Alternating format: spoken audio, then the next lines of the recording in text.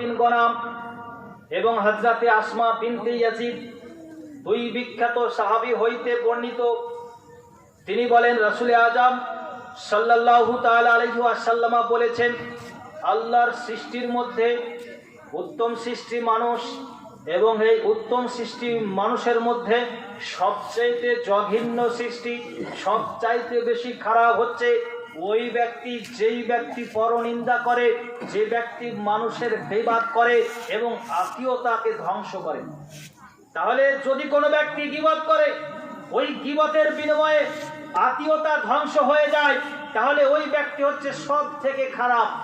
তাহলে আমরা মুসলমান, আমাদের জাতি হচ্ছে সব থেকে উচ্চ এবং আমরা ঈমানদার, সৃষ্টির সেরা, আমরা সর্বসৃষ্টির মধ্যে উত্তম সৃষ্টি হচ্ছে আমরা, কিন্তু আমাদের মধ্যে এত জঘন্য, এত খারাপ কেন গুণ থাকবে? এই গুণটা যার মধ্যে থাকবে, এই আইবটা, এই দোষটা, এই ত্রুটিটা যার মধ্যে থাকবে, ওই ব্যক্তি কখনো আল্লাহর ভয়ে ভীত হতে পারে না।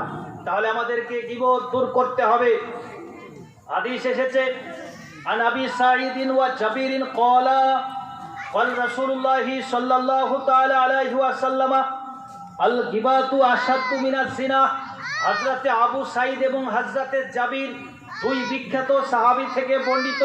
তিনি বলেন, রাসূল আযম সাল্লাল্লাহু তাআলা আলাইহি ওয়াসাল্লাম বলেছেন, গীবত হচ্ছে জেনার থেকেও অতি জঘন্য গুনার কাজ। জেনার থেকে, পরকিয়া করার থেকেও জঘন্য কাজ গীবত করা।